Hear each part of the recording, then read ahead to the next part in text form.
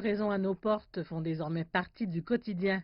Pendant le confinement, nous avons fait des achats en ligne plus que jamais. Mais avec cette commodité viennent des déchets domestiques supplémentaires. Le plus grand détaillant en ligne du monde, Amazon, a été critiqué pour de l'emballage excessif. En fin de compte, ils ont un impact énorme sur le problème des déchets plastiques, non seulement à cause de leurs emballages, mais aussi en raison des produits qu'ils vendent.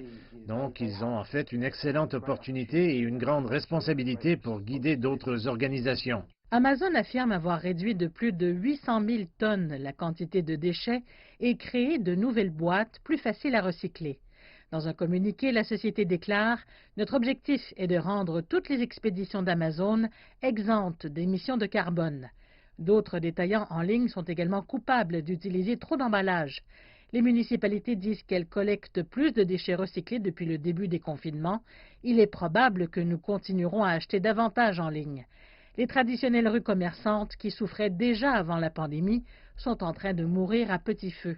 Un nombre record de magasins ont fermé cette année et d'autres fermetures sont à venir. Maintenant que le Royaume-Uni est plongé dans un deuxième confinement, il y a encore plus d'impact sur les rues commerçantes en difficulté comme celle-ci et une emphase sur la vente au détail en ligne. Évidemment, à l'approche de Noël, les gens commanderont encore plus de colis qui seront livrés à leur porte. De nombreux consommateurs sont préoccupés par le gaspillage des emballages et les entreprises créent de nouvelles solutions.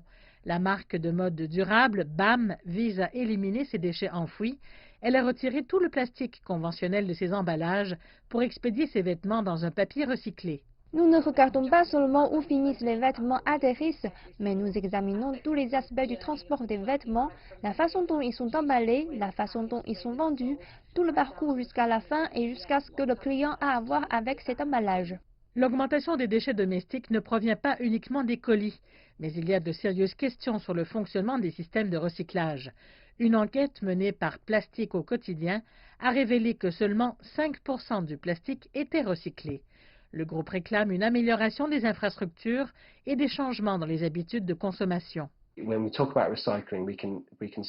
Lorsque nous parlons de recyclage, nous pouvons nous voir comme faisant partie de la solution, mais ce n'est pas la solution principale. Ce que nous devons faire, c'est réduire ce que nous utilisons, ce que nous jetons et encourager une culture de réutilisation et de remplissage. Les livraisons continueront, mais nous pourrions voir des changements dans la façon dont ces colis sont livrés.